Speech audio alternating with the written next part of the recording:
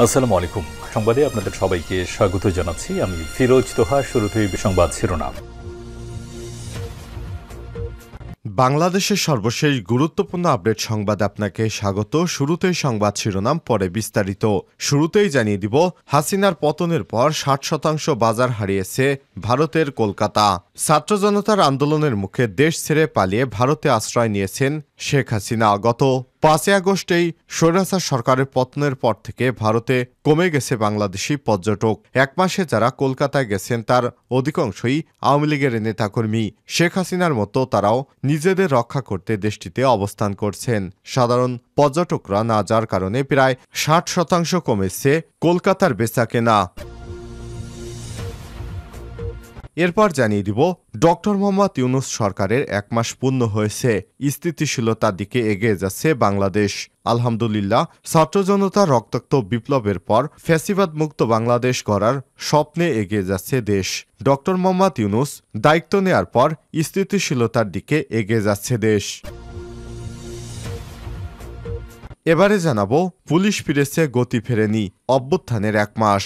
গণ অভ্যুত্থানে শেখ হাসিনা সরকারের পতনের সঙ্গে সঙ্গেই আত্মগোপনে চলে যায় তখনকার পুলিশ মহাপরিদর্শক আইজিপি এবং ঢাকা মহানগর পুলিশ ডিএমপি কমিশনার সহ বাহিনীটির বেশ কয়েকজন ঊর্ধ্বতন কর্মকর্তা। আতঙ্কে গা ঢাকা দেন থানাসহ বিভিন্ন দায়িত্বে নিয়োজিত পুলিশ সদস্যরাও। তবে অন্তর্বর্তীকালীন সরকার গঠনের একদিন আগেই নতুন আইজিপি এবং ডিএমপি কমিশনার নিয়োগ দেওয়া হয়। বাহিনীর গতি ফেরাতে নানা উদ্যোগ নেওয়া হয়েছে। পুলিশ সদস্যদের মনোবল ফেরাতে উদ্দীপনামূলক বক্তব্য দিয়েছে স্বরাষ্ট্র মন্ত্রণালয়ের দায়িত্বপ্রাপ্ত উপদেষ্টা। তবে অন্তর্বর্তীকালীন সরকারের ১ মাস হলেও আগের অবস্থায় ফিরতে পারেনি পুলিশ সদস্যরা। কারণ পুলিশ সদস্যকে যেভাবে দলীয়করণ করা হয়েছিল, এখনও তারা মাঠে ফিরতে ভয় পাচ্ছে। এরপর জানিয়ে দিব, ৬৫ ভরি স্বর্ণ ছিনতাই করে কপাল পুড়ল যুবদল নেতার। চট্টগ্রামের পটিয়ায় ৬৫ ভরি স্বর্ণ ছিনতাইয়ের ঘটনায় যুবদল নেতা মামুনুর রশিদ মামুনকে দল থেকে বহিষ্কার করা হয়েছে।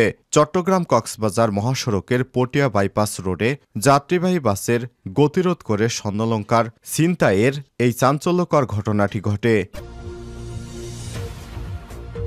এদিকে বৈষম্য বিরোধী ছাত্র জনতার নামে মামলা করল বিএনপির নেতারা। বৈষম্য বিরোধী ছাত্র জনতার আন্দোলনে অংশ নেওয়া ২২ জন শিক্ষার্থীর নামে মামলা দায়ের করেছে রংপুরের পীরগাছা উপজেলা বিএনপির আহ্বায়ক আমিনুল ইসলাম রাঙা। এই ঘটনার প্রতিবাদে শনিবার বিকাল থেকে থানার সামনে সড়কে বিক্ষোভ সহ অবস্থান কর্মসূচি পালন করছে সাধারণ ছাত্র জনতা। মামলার বিষয়টি নিশ্চিত করেছে পীরগাছা থানার ওসি সুশান্ত কুমার সরকার। এবং সর্বশেষ জানিয়ে দিব, মধ্যপ্রদেশে প্রকাশ্যে রাস্তায় নারীকে ধর্ষণ, বাঁচাতে না এসে করা হয় ভিডিও। ভারতের মধ্যপ্রাচ্যে উজ্জয়িনী জেলায় প্রকাশ্যে রাস্তায় ফেলে এক নারীকে ধর্ষণ করা হয়েছে। গতকাল এই ঘটনা ঘটে। অনেকে এই ঘটনার প্রত্যক্ষ করলেও কেউই এই নারীকে বাঁচাতে যায়নি, বরং ঘটনাস্থলে দাঁড়িয়ে থাকা অনেকেই এর ভিডিও করেছে। এই ঘটনা এমন সময় ঘটল যখন ভারতের পশ্চিমবঙ্গে একজন তরুণী চিকিৎসককে হাসপাতালে ধর্ষণ করে হত্যার মতো জঘন্য ঘটনা ঘটেছে এবং সেখানে প্রবল বিক্ষোভ চলছে। প্রিয় দর্শক, এতক্ষণ শুনছিলেন সংবাদ শিরোনাম, এবারে বিস্তারিত। তবে তার আগে বন্ধুরা, অনুরোধ থাকবে এই সংবাদটিতে একটি লাইক দিন। এই চ্যানেলে আপনি নতুন হয়ে থাকলে আমাদের সংবাদটি দেখতে দেখতে চ্যানেলটি সাবস্ক্রাইব করে রাখুন, যাতে করে বন্ধুরা আমাদের পরবর্তী লেটেস্ট আপডেট সংবাদগুলো সবার আগে আপনার কাছে পৌঁছে যায়। কমেন্ট করে আপনার মূল্যবান মতামত জানিয়ে দিন আপনি বিশ্বের কোন দেশ থেকে বা বাংলাদেশের কোন স্থান থেকে আমাদের সংবাদটি দেখছেন এবং শুনছেন। এবারে বিস্তারিত। হাসিনার পতনের পর ৬০% বাজার হারিয়েছে কলকাতা। ছাত্র জনতার আন্দোলনের মুখে দেশ ছেড়ে ভারতে পালিয়ে আশ্রয় নিয়েছে সাবেক প্রধানমন্ত্রী শেখ হাসিনা। গত ৫ই আগস্টেই স্বৈরাচার সরকার পতনের পর থেকে ভারতে কমে গেছে বাংলাদেশি পর্যটক। গত ১ মাসে যারা কলকাতায় গেছেন তার অধিকাংশই আওয়ামী লীগের নেতাকর্মী। শেখ হাসিনার মতো তারাও পালিয়ে নিজেদের রক্ষা করতে দেশটিতে অবস্থান করছেন। সাধারণ পর্যটকরা না যাওয়ার কারণ প্রায় ৬০% কমেছে। পোশাকের বাজারের বেচাকেনা 70% কমেছে, হোটেল বুকিং 1/3 কমেছে, চিকিৎসা নিতে যাওয়া রোগীর সংখ্যা, সব মিলিয়ে বড় ধরনের আর্থিক সংকটের মধ্য দিয়ে যাচ্ছে ভারত। শেখ হাসিনা ভারতে আশ্রয় নেয় দেশটির সঙ্গে বাংলাদেশের নতুন অন্তর্বর্তীকালীন সরকারের অভিজ্ঞতাও ভালো না হওয়ার ধারণা করা যাচ্ছে খুব সহজেই কাটবে না এই সংকট। বাংলাদেশের জনগণ মনে করে বাংলাদেশ ভারতের অতিরিক্ত প্রভাব, পানি বণ্টন এবং সীমান্ত হত্যা বন্ধ না হলে দীর্ঘ ক্ষতির মুখে পড়তে পারে কলকাতা। এসএস হক মার্কেট বা নিউ মার্কেট বলে পরিচিত অথবা তার আশেপাশের বিপণী বিতানগুলোতে সারা বছরই বাংলাদেশি পর্যটকদের ভিড় লেগে থাকত।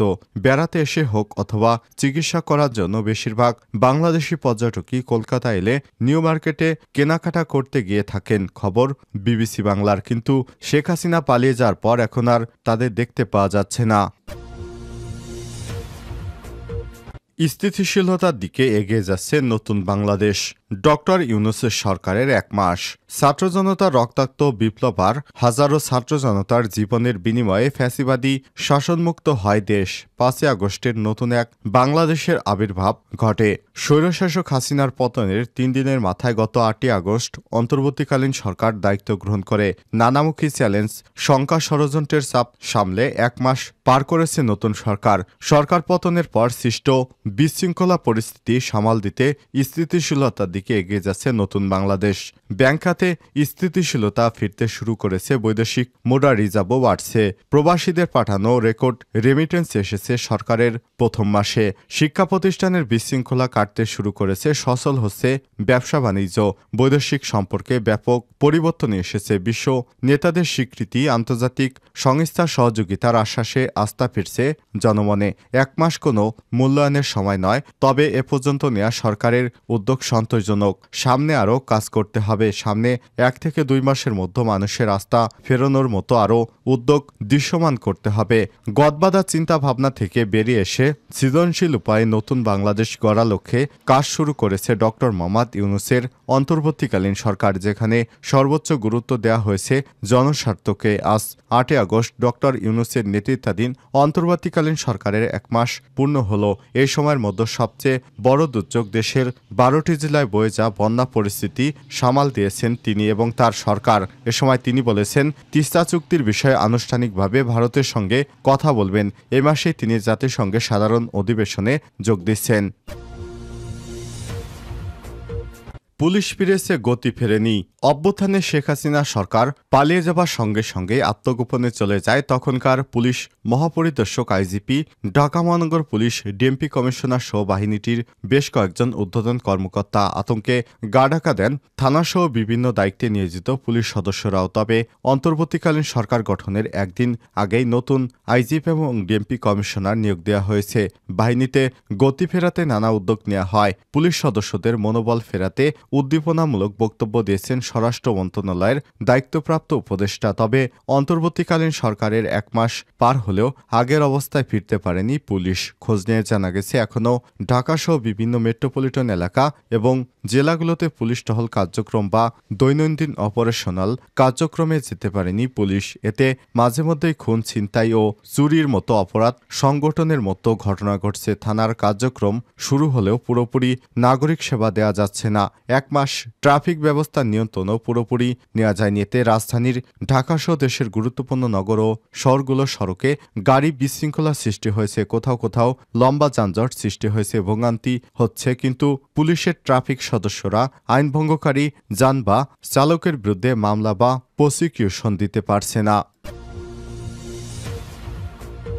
65 ভরি স্বর্ণ ছিনতাই, কপাল পুড়ল যুবদল নেতার। চট্টগ্রামের পোঠায় 65 ভরি স্বর্ণ ছিনতাইয়ের ঘটনায় যুবদল নেতা মামুনুর রশিদ মামুনকে দল থেকে বহিষ্কার করা হয়েছে। চট্টগ্রাম কক্সবাজার মহাসড়কের পটিয়া বাইপাস রোডে যাত্রীবাহী বাসের গতিরোধ করে স্বর্ণ ছিনতাইয়ের এই চাঞ্চল্যকর ঘটনা ঘটে। সিসিটিভি ফুটেজে বিষয়টি শনাক্ত হওয়ার পর যুবদল নেতা মামুনকে বহিষ্কার করে জাতীয়তাবাদী যুবদলের কেন্দ্রীয় কমিটি শুক্রবার 6 সেপ্টেম্বর রাতে যুবদলের কেন্দ্রীয় দপ্তর সম্পাদক নুরুল ইসলাম সোহেল স্বাক্ষরিত এক বিজ্ঞপ্তিতে এসব তথ্য জানানো হয়েছে। বিজ্ঞপ্তিতে বলা হয়েছে, সংগঠন বিরোধী কর্মকাণ্ডে জড়িত থাকার সুস্পষ্ট অভিযোগে বাংলাদেশ জাতীয়তাবাদী যুবদল চট্টগ্রাম দক্ষিণ জেলা শাখার পটিয়া পৌর শাখার যুগ্ম আহ্বায়ক মামুনুর রশিদ মামুনকে প্রাথমিক সদস্য পদসহ দলের সব পদ থেকে বহিষ্কার করা হয়েছে। বহিষ্কৃত নেতৃত্ববৃন্দের অপকর্মের কোনো দায়-দায়িত্ব দল নেবে না এবং যুবদলের সকল পর্যায়ের নেতাকর্মীদের তার সঙ্গে সাংগঠনিক সম্পর্ক না রাখতে অনুরোধ করা হয়েছে।